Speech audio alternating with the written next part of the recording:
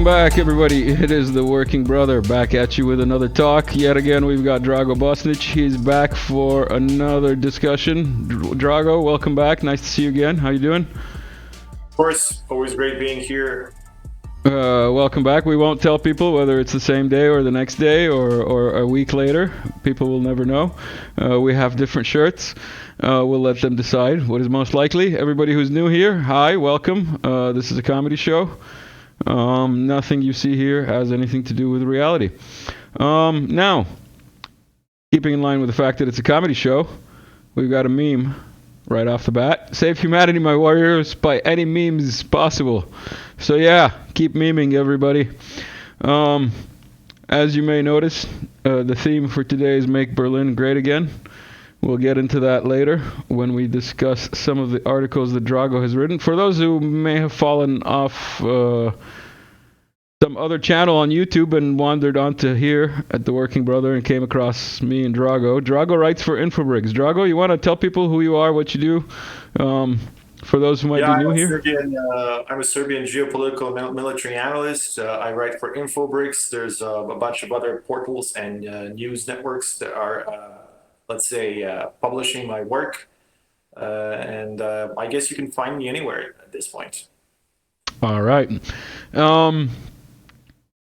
Let's get into the news. Infobricks portal, links in the description. Also links to Drago's Telegram channel. Links to my Patreon, my Buy Me a Coffee, and everything else also in the description. Everybody who's a supporter, thank you for supporting me. Everybody who's new here, like, share, subscribe, all that good stuff. All right. Now, is Russia's latest offensive really about Harkov? Yeah, I just, I really liked geography as a kid, and I just remembered most of the cities, the way they are, and instead of like replacing every consonant, or actually, it's not consonant, it's a vowel, yeah. Every vowel with an I just, remember the Russian names, that's it. So it's far easier, than trying to twist my tongue, trying with the Ukrainian pronunciation. Yeah, what can I say? So tell us about this Russian offensive.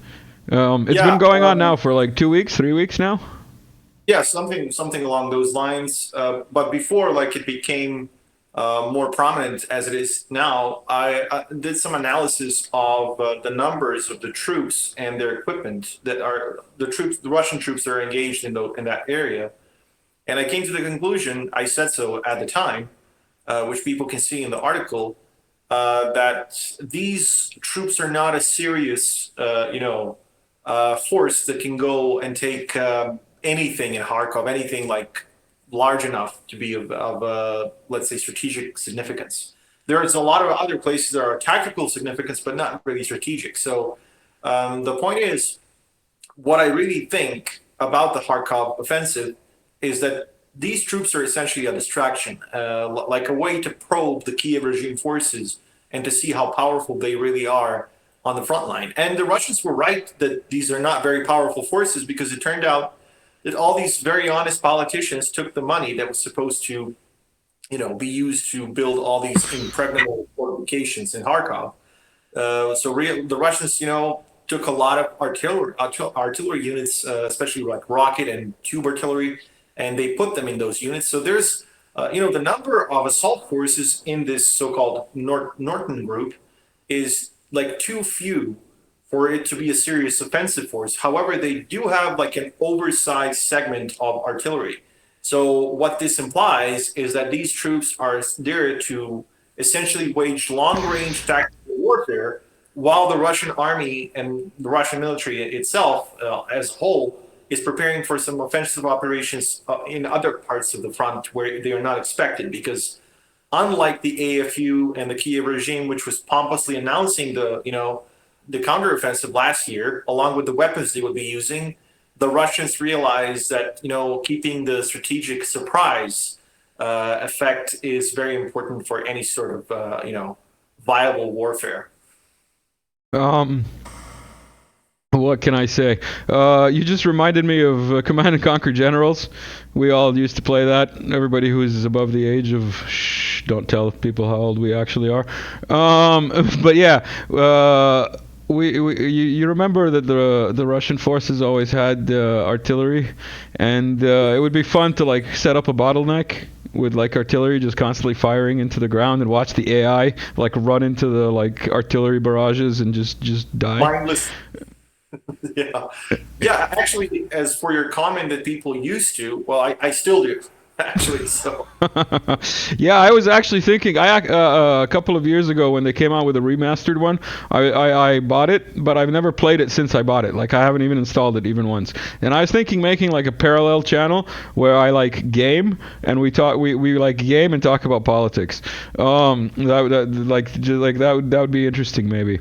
I don't know. yeah. Like we could battle some AI and cooperate while we discuss tactics. In any case, this is a comedy show, not a gaming show. 1944 Moscow, 2024 Moscow.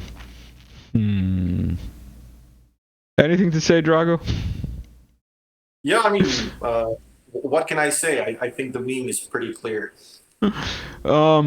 Let's get into the UK being a meme just by itself. UK escalates its inexplicable desire to start World War III and get wiped off the map. Man, I gotta hand it to your like the guy who writes the titles for your article. That's good. Oh, this one is mine completely. Like yeah. I was thinking how I should write this, and then I thought it. Let's just hell with it. Let's just be direct as we could possibly be. Because there's no other way to their suicidal behavior, because first of all, like a few months ago, they were bragging about one of their admirals, specifically his name is Tony Radakin. He was actually bragging about sinking Russian Black Sea Fleet ships, and like he was talking how he made it possible, how the Ukrainians were just pulling the trigger and so on and so on. And now we have American and UK commanders bragging about UK special services and special operation groups in Ukraine, guiding and relaying positions of Russian forces, essentially, using using NATO ISR systems to attack these forces. So what this means is they're effectively in a war. Like they're not officially in a war, but they are, in essence, they're at war with Russia, and they're bragging about it. They keep talking about it, and they officially they're starting to support the usage of UK long-range weapons against the Russians. So what this means is they really, really want to get wiped off the map because the Russians have missiles that are so powerful that they can wipe out France, the country the size of France. And as far as I know, like one missile, yeah, we discussed that. We discussed that last time, I think. The UK is far smaller, and the worst part for the UK is they have a couple of cities which are very, very, densely populated, which means the potential target for the Russians, in potential targets for the Russians in England and the UK would be, quite plenty. So why would you want having such geography? Why would you want to poke the bear that can actually obliterate your entire country with like 2 missiles while having like tens of thousands of them? But they keep doing it. So, what else am I going to say except that they're suicidal and they really would like to be wiped off the map and sunk into the Atlantic Ocean, whatever. On the note of the UK and their motives, another thing that happened, this painting came out. It's actually here, it's mirrored. I don't know if people know the whole story, but there's a bunch of like, if you take this painting and you like flip it and you turn it inside out and you like whatever, you can see here is the meme version. This is your Baphomet, for those who are not aware. So the new king is not shy about showing who his masters are. his religious persuasion, is that what you said? Yeah. His religious persuasion is holier than thou, or some shit. What a retard. Anyway, Talking about retards.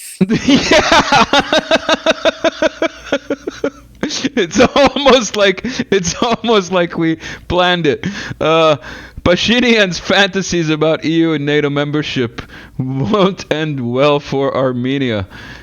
This guy, he looks funny. This guy, man, like his whole face. He looks kind of like that Kurdi guy from Kosovo or whatever it's called. For those who don't know his politics and his foreign policy approach, it's way funnier than his face. So you can imagine how that looks like. Why don't you give us an outline of this article that we brought up here, and I've got a meme to show people. I can give everyone the gist of it, and essentially, I'm pretty sure your grandma would have a better grasp of geopolitics than this guy. Like, I mean, it's just fucking insane. The way that this guy is leading his country, it's just. I don't think I've ever seen anything like it apart from, the Kiev regime that's far more suicidal and, willing to destroy its own people. But this guy, like even if you look at Ukraine, it's a big country, it borders NATO. So it kind of even actually makes more sense for, Zelensky and his entourage to be more like inclined to support NATO. But this guy, he has no border with NATO except with Turkey, which just wants to wipe, Armenians off the face of the world, off the map, essentially. And this guy borders no allies. So what he has been able to do is he has been able to create enemies of all of Armenia's neighbors, obviously excluding Azerbaijan and Turkey, which have always been their enemies. But he somehow has managed to alienate Georgia from Armenia, obviously Russia, and of course he's relying himself on and his government is relying on France of all countries, to protect him from Turkey, and he's buying like 60 or 70 of their armored vehicles, which are completely useless against drones and other stuff that Azerbaijan already has proven to have. So, like his policies of rearming the Armenian military is just insane. His economic policies are even worse. His foreign policy is, I really don't know how to describe it except being idiotic. In all, he wants the Russians to get out of Armenia, and the Russian reason why Armenia exists is because there's a Russian military base there. He wants the Russians out. And he wants to become part of the EU and I suppose NATO in the long term. However, the problem with this is NATO, you can't enter NATO when one of the member states is against it. And obviously, Turkey as a NATO member would be against Armenia, joining the alliance. So I don't know, man. Turkey against anything doesn't mean very much, like we discussed in the last episode or the one before that, because like we've seen with Sweden and Norway and whatnot, like Turkey's, I won't let anybody come join the party because I don't care because they're so bad. Yeah, in the end they let them. So yeah, they let them in, but the thing is, they obviously have no reason to let Armenia in unless we're talking about the Turkish army destroying Armenia and then incorporating it into Turkey. And that's how Armenia would get into NATO. I think that's how the Turks imagine Armenia getting into NATO. Because, the Turks would really like to have a common border with the Azeris. So, and Armenia is standing in the way. And, that's just another reason for them to hate Armenia, as if they need it anymore. So, and this guy, and the only thing that stands in between the Turks and their neo-Ottomanism is the Russians, between Armenia and Turkish neo-Ottomanism. And still, Pashinyan wants the Russians out of Armenia. And of course, this brings us to the next article about the labs. So, essentially, if you thought, his foreign policy is insane. He's retarded, yeah. Yeah, think about the fact that this guy allowed into power. He allowed Pentagon to build 12 biolabs where they, I guess, are trying to study all these very friendly viruses and diseases that, are completely harmless to humans. Like, for example, the tuberculosis and all these other, malaria, for example, and all these other like beautiful things that everybody wants to get at some point in their life, I guess. Yeah, that are good for you. That Yeah, was developed absolutely. specifically for the advancement of human health. Exactly, exactly. And now the craziest part of all this, there's this city called Gyumri. I'm pretty sure I probably butchered the pronunciation, but doesn't matter. There's this city that is virtually on the border of Turkey, and there's a Russian military base in this city. And the Pentagon has asked Mr. Pashinyan to open the 13th lab in Armenia, and guess which city it is? Well, I mean, I presume you guessed it. It's Gyumri, where the Russian military base is. So now Pashinyan is putting Pentagon's military biolabs, or as Mrs. Newland said, biological research facilities, right next to the Russian military base. So yeah, I mean, as I said, talk about retarded, politics. I'm looking at the list of memes that I have here, and I don't know who I wanna offend first. Let's go with the Neuralink meme. Hey, I heard you got a Neuralink. How is it? Huh? Ryan, is that you? And he's got like ads pop-ups everywhere. Um, yeah, biolabs, Neuralink. What a wonderful time to be alive. Yeah. Um, EU and NATO now threatening foreign leaders with Fico's fate. Fico, for everybody who's been living under a rock, is the recently almost assassinated president. Or Slovak Prime Minister. Sorry, my bad. Slovak Prime Minister, yeah. Uh, You want to tell people what happened here? Yeah, well, the commissioner, the EU commissioner for enlargement, Mr. Oliver Barheli, called the guy on the right, Mr. Irakli Kobahidze, who's the prime minister of Georgia, and told him in no simple terms that if you don't get rid of the NGO law that our Georgia is trying to pass, you're going to get it, just like FISO or FICO. So yeah, like one of the things I wrote in the article is that, as we all know, the political West likes to use the so-called carrot and stick equation to get countries on their side. And at this point, they've dropped the carrot from the equation completely, and there's only the stick left, and they're using it, I guess, quite directly. Yeah, no comment. Let's we gotta get that merch. We gotta get that Working Brother merch with the no comment thing. No comment. In any case, I don't know if you've heard about this. Apparently, Google's AI went live for the search in the U.S. and it uses dodgy sources like Reddit. So people asked it a bunch of questions, and some of the answers are hilarious. What are the best CDs of all time? How about you CDs nuts? Says Google. Google AI. What can I say, man? I I don't know don't what. even know if it should be called AI, because I means intelligence, and I don't know what that thing is. Well, it was something that is not a bad Maybe that is not a something. bad thing Yeah, to we'll point call out. it Yeah. AIDS. In other news, Nassim Nicholas Taib, who is the originator of the Black Swan theory in economics. I don't know if you've heard of it. If you haven't, look it up. Not a bad thing. In any case, yeah, he says that the West has lost all ability to lecture anyone on moral values. After we've got a picture of Nikki Haley here. Nikki Haley, who is? Remind us, what is Nikki Haley? I'm not sure what she's now, but she was a UN representative, a U.S. representative at the UN, Yeah, and no yeah, good. she was always very, very, honest in her statements. She never She's lied about very it. she's very humanitarian, and you can see that by Yeah, her signing here a bomb, an Israeli bomb, that's going to be used to shoot refugees in Gaza, and she's saying finish them. Um, Sorry for the low quality photo, but yeah, we don't. It's a comedy show. Nobody cares. Well, I mean, whatever she's signing on a bomb, I'm pretty sure it's it's not worth even reading.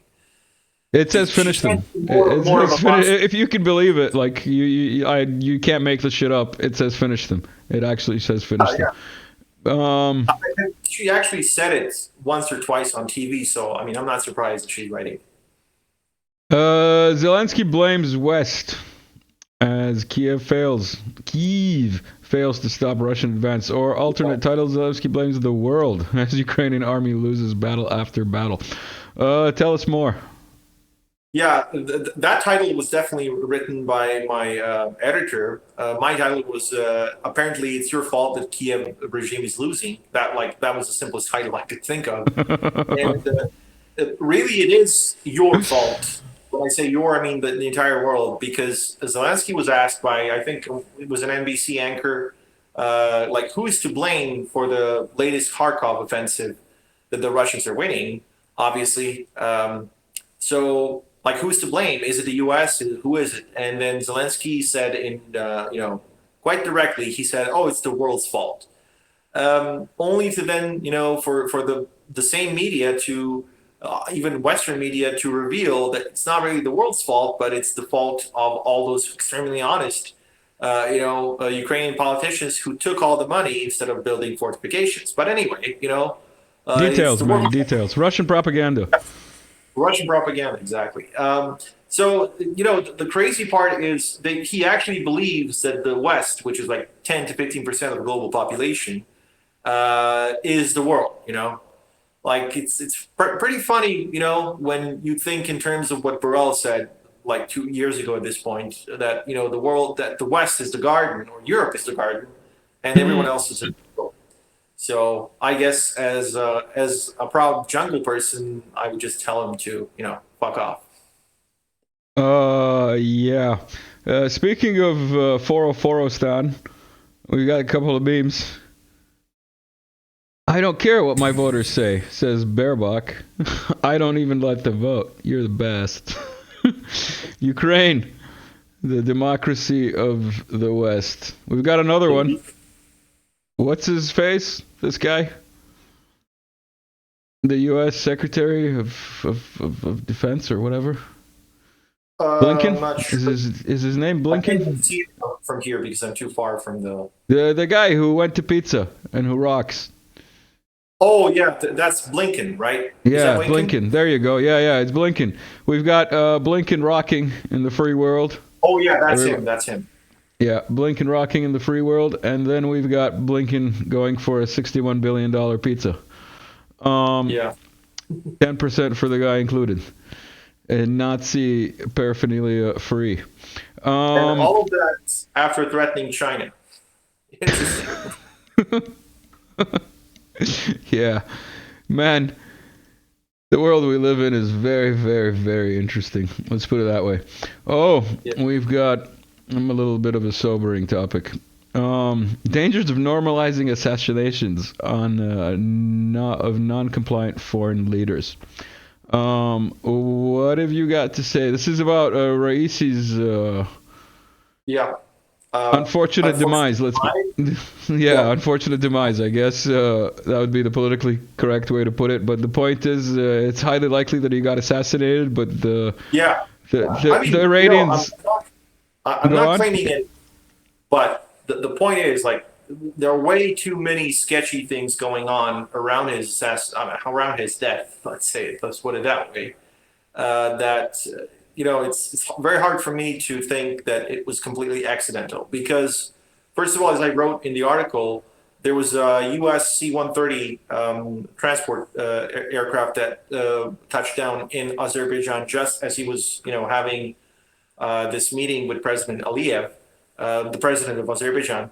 So they were meeting at the border, and after that, Raisi went back to Tehran. I mean, he was supposed to go back to Tehran. And he was in his Bell 212 helicopter, and he was talking. He was along with the foreign minister of Galakian, and both of them apparently flew in a faulty helicopter, according to the official version, because the Turks actually said, because they were part of the search force, search party, they said that the emergency system was not working. So like there were several helicopters in that delegation, and the only like emergency system that wasn't working was the one with the two most important people in the delegation. So it's kind of sketchy, you know, the thing that's the case. And the point is, there are some military sources that are claiming that, you know, the Americans came in with electronic warfare systems on that C-130 transport aircraft.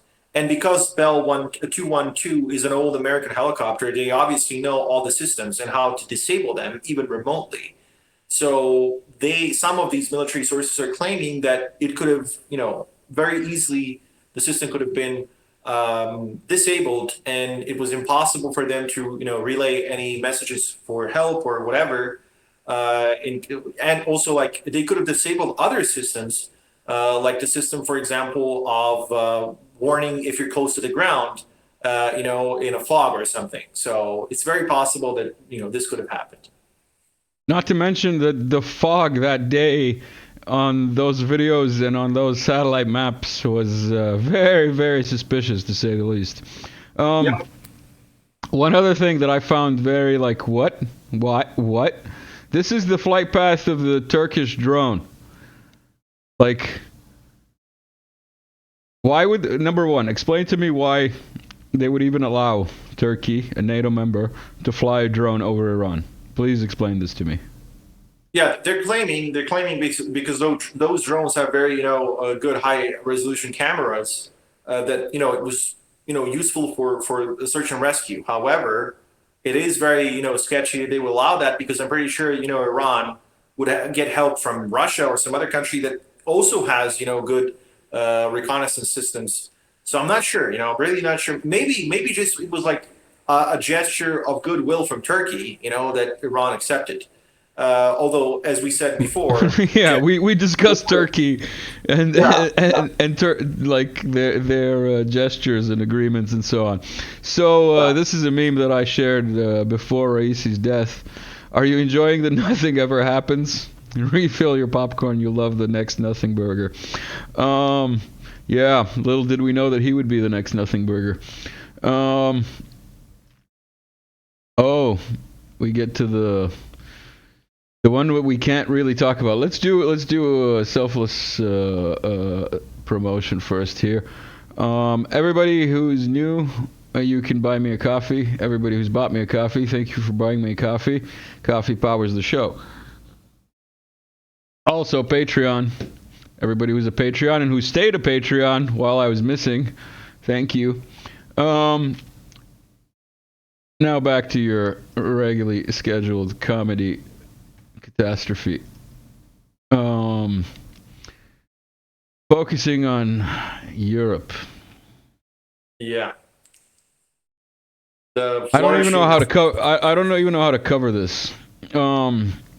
Yeah, I mean, there's so many mines here that, you know, like landmines. Let's try and make up a code. So, why are EU and NATO countries legalizing mines and reducing sentences for mine layers? Mine layers. Let's call them mine layers. Yeah, mines and mine layers. Like people who lay mine. I don't know. I just don't even want to talk about this. This is like, it's just disgusting. It's like. Yeah, I think people should read it. I've put more than enough sources for you to see that the world has just lost its fucking mind. I mean, the Western world has lost its fucking mind. I don't know how else to describe it. You know, no matter how many, you know, words, no matter how eloquent the person is, your brain has to freeze when you see this shit like this. You know, I really don't know how else to say it.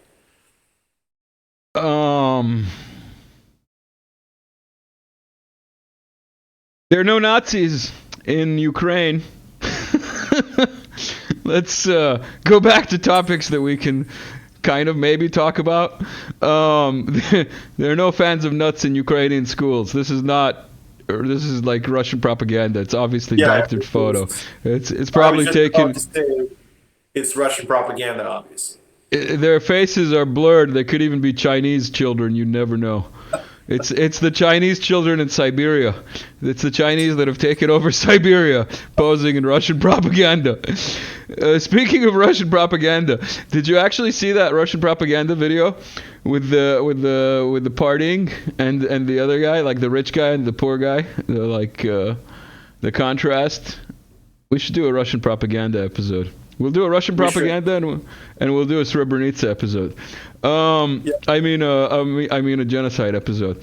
We already discussed this in passing in the previous or the one before that because it was kind of current. But like, you want to tell us a little bit more about what actually happened in Srebrenica? Like, before you go, I just want to say that before I even started being the working brother and started associating loosely with people who write on globalresearch.ca, including yourself. I think some of your things have been published there. I just want to say that globalresearch.ca is basically like the only resource on the internet which you can consistently go to and find facts. And Srebrenica is one of the subjects where, like, if you want actual facts, go there and start looking there, and then from there, look at those subjects in other places that you can find. Now, I'll let you take over from here. Yeah, what we could say about Srebrenica is it's impossible to say what happened there without mentioning the previous years of the war in Bosnia, which was also orchestrated by NATO, by the way.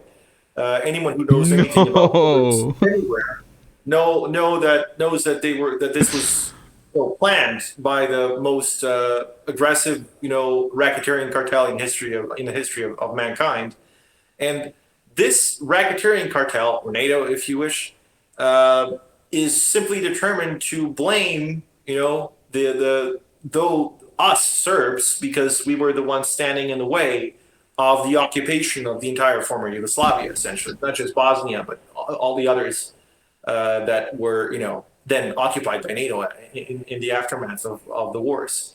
And the point is, from 1992 to 1995, this so-called demilitarized zone of Srebrenica that was actually never demilitarized was home to Bosnian Muslim forces. Wait. Before you go on, that sounds a lot like Minsk and Minsk 2. No? Yeah. I mean, we've had, a situation in recent years that are very similar because, as we already talked many times before, Yugoslavia was just a testing ground for what's going on in the former Soviet Union today. So the point is, like, they were supposed to demilitarize Srebrenica, the zone where the Muslims were forces and Muslim people were living, and I mean they were confined to essentially, and they didn't do that. And for 3 years, they were essentially organizing these raids into the Serbian villages, killing well over 3,000 people, 3,200 something. I'm not sure. I forgot the number. Maybe like 3,270 something. Like almost 3,300 people were killed, Serbs, mostly civilians, women and children, and entire families in many cases. And this was going on for 3 years.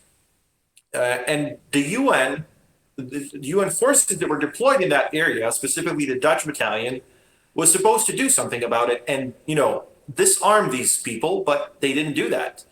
In fact, there's quite a lot of evidence to support the theory that they were getting weapons through the so-called humanitarian aid from the U.S. And they used these weapons to attack Serbian villages. So after 3 years of all this, massacring and doing all this sort of really genocidal crimes against Serbs, the Serbian army in Bosnia, had enough of it, and they just decided to overrun the area. And so they did that. However, instead of killing everyone in Srebrenica, what they did is they actually evacuated women and children and then shot all the people that were for the crimes. And of course, NATO wanted to use this as the so-called genocide excuse to bomb the Serbian forces in Bosnia, which is what they did. However, in order to justify the bombing and also create, sort of like the so-called Holocaust card against Serbs, they wanted to use Srebrenica And what they did is they took a bunch of people who actually died, over the course of the war, and some even after the war, as evidenced by the gravestones, where people who died like years after the war were buried there. They inflated the number from around like 3,000 to 5,000 to well over 8,000.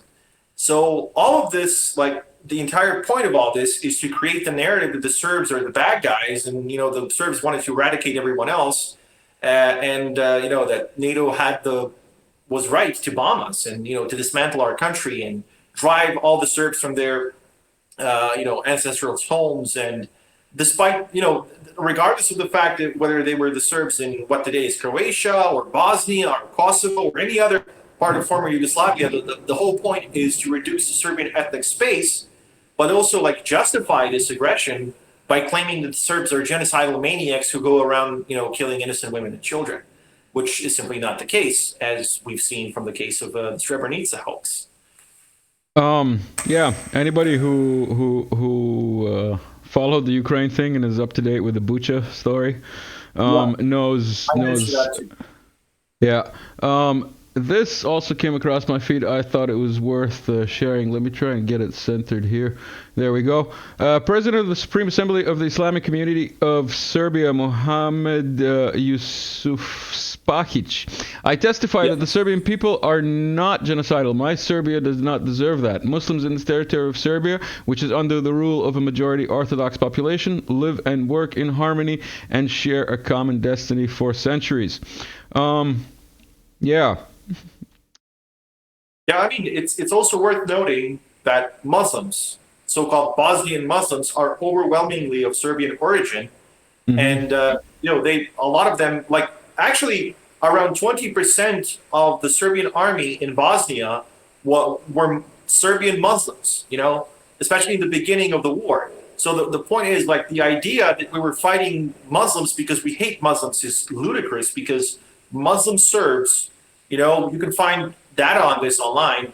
There was an entire battalion composed entirely called Mesha Selimovic that was completely composed of Muslims, of Serbian Muslims in the Serbian army in Bosnia. So, the idea that we wanted to eradicate all Muslims is ridiculous, because we would have actually done that in Serbia in the first place, but we are not doing that because obviously we consider them our brothers, our compatriots. They've been living with us for centuries, and I don't see a reason why anyone would think that we want to kill minorities, or that we're genocidal, when we are actually the most diverse country of former Yugoslavia, because we haven't expelled any of the populations, indigenous populations that live in Serbia. We live next to them, with them, and many of them actually fought for Serbia. We mentioned the Hungarians.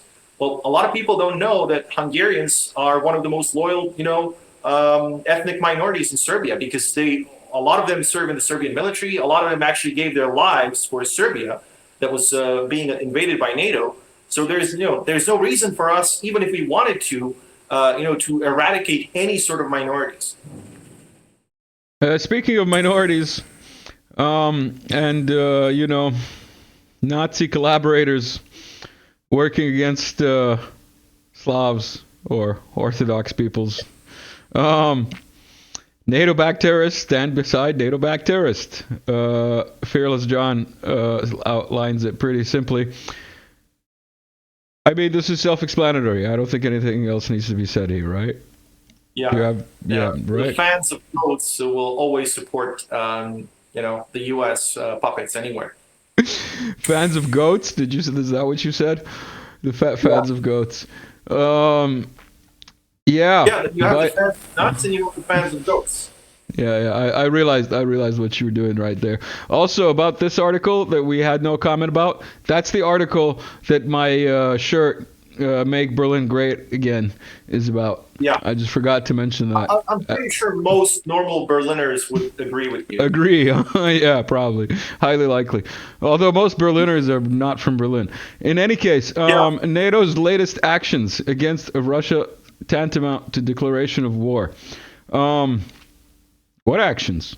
NATO's not doing anything. What are you talking about? The actions of sending roses and flowers each day at long range, I guess.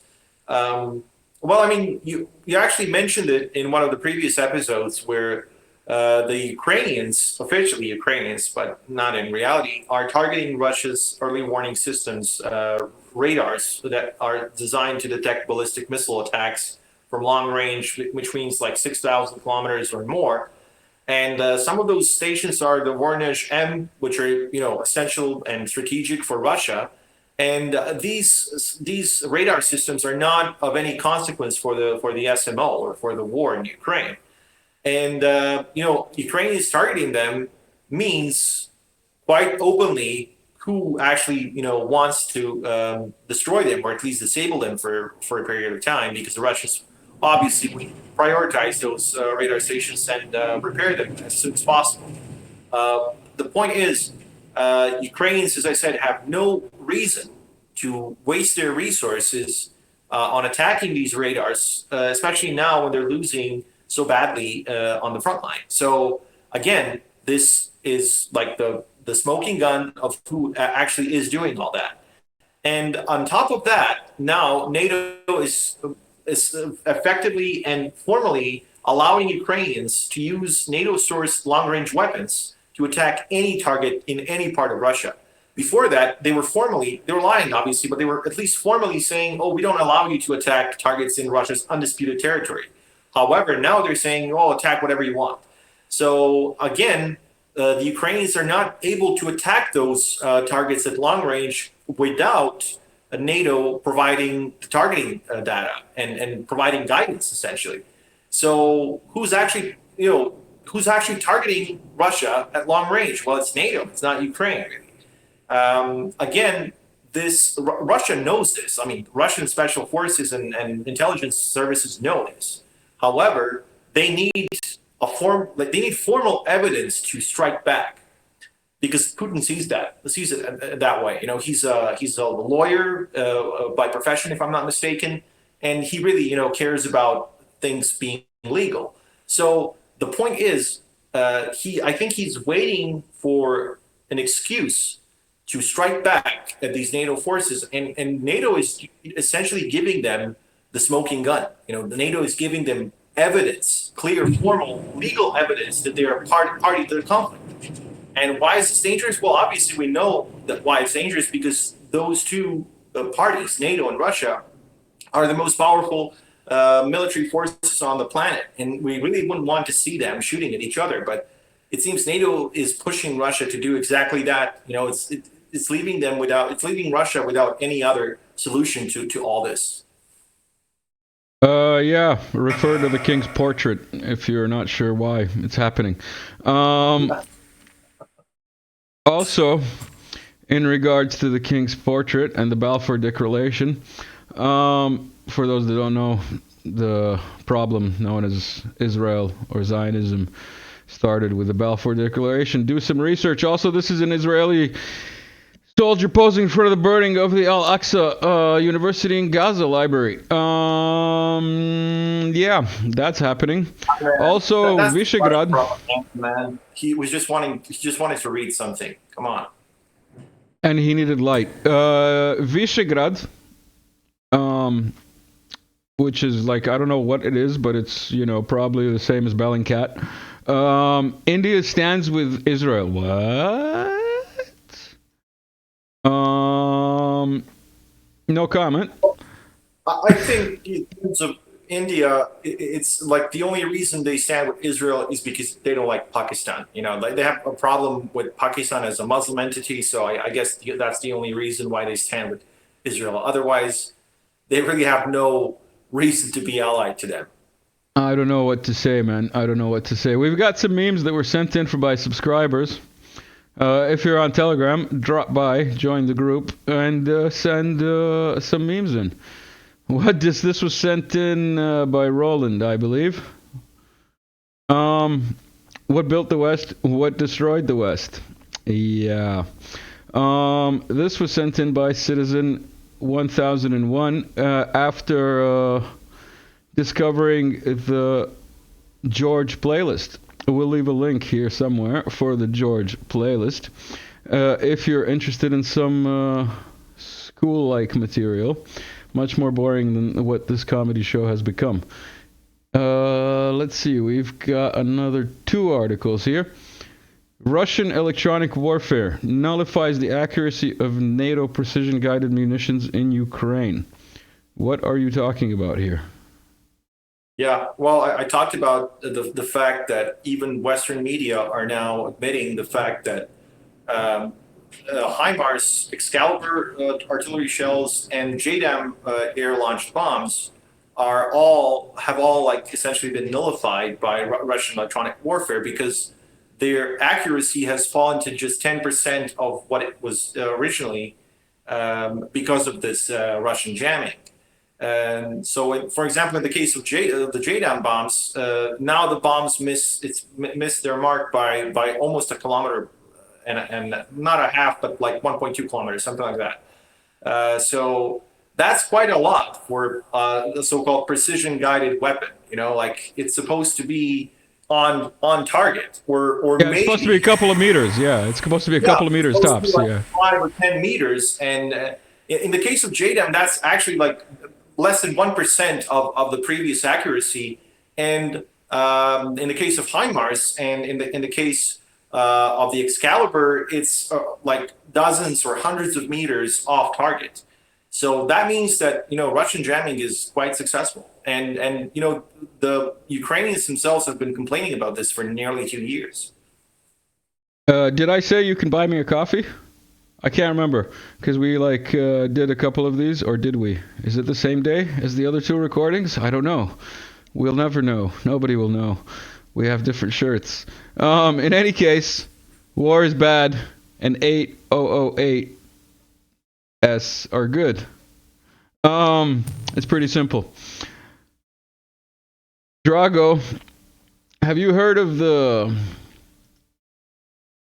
man versus